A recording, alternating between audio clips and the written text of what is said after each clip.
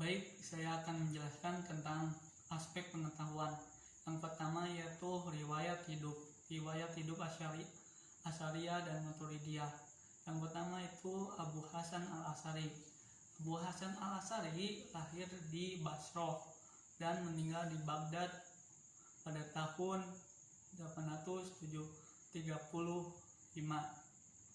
Dan pendiri Maturidiyah yaitu Abu Mansur al-Maturidi itu lahir di Samarkand atau di kota kecil di Uzbekistan sekarang. Diperkirakan lahir pada 3 Hijriah dan meninggal pada tahun 875. Selanjutnya yaitu tentang riwayat hidup sejarah aliran Asy'ari dan Maturidiyah.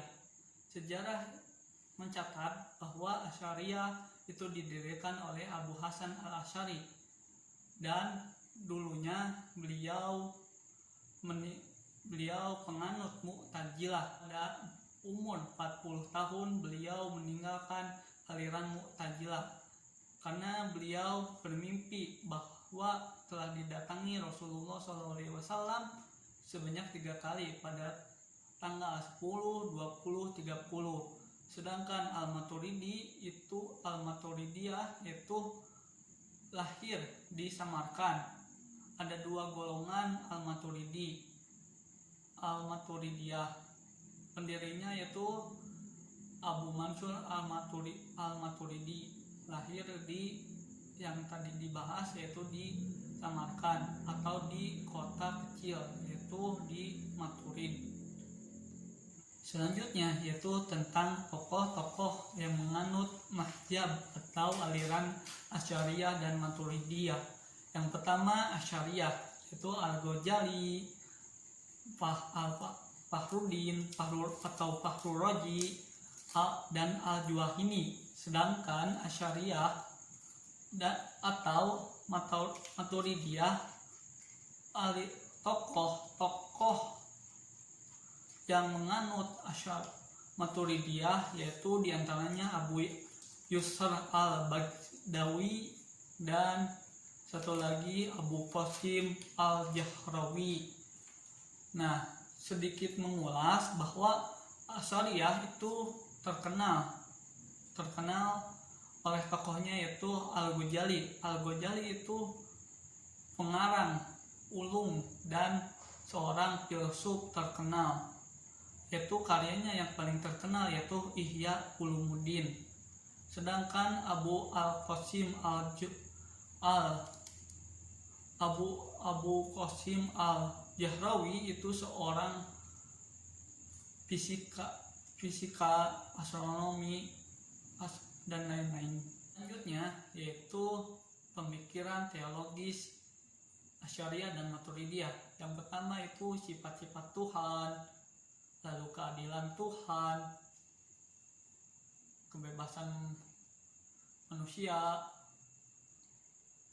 perbuatan dosa besar, dan satu lagi yaitu kehendak Tuhan.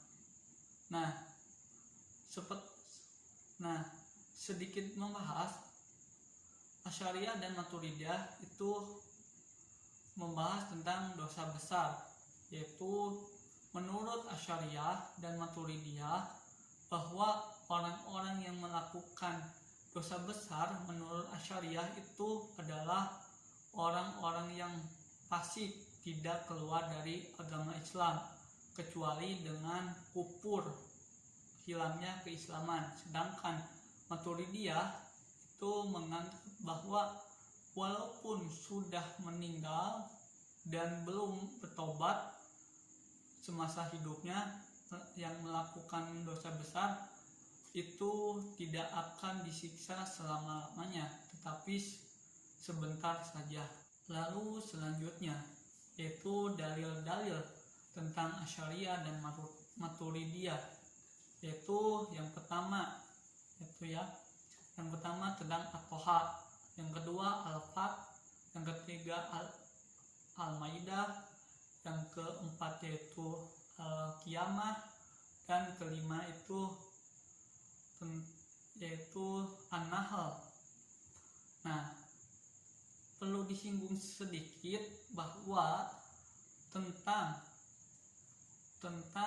At-Toha ayat 5 menjelaskan bahwa Tuhan itu bersemayam di arsy, sedangkan menurut Asy'ariyah itu tidak boleh mentakwilkan ayat tersebut, sedangkan Maturidiyah itu boleh mentakwilkan ayat tersebut. Selanjutnya yaitu cara membedakan aliran Asy'ariyah dan Maturidiyah. Nah, yang paling dasar perbedaan antara Asy'ariyah dan Maturidiyah yaitu tentang pentakwilan. Nah, perlu disinggung kembali bahwa Asy'ariyah itu tidak boleh mentakwilkan ayat-ayat yang ambigu atau yang hanya Allah yang tahu artinya yang secara persis. Sedangkan menurut Maturidiyah itu boleh mentakwilkan ayat-ayat yang ambigu yang tadi disebutkan At-Toha ayat 5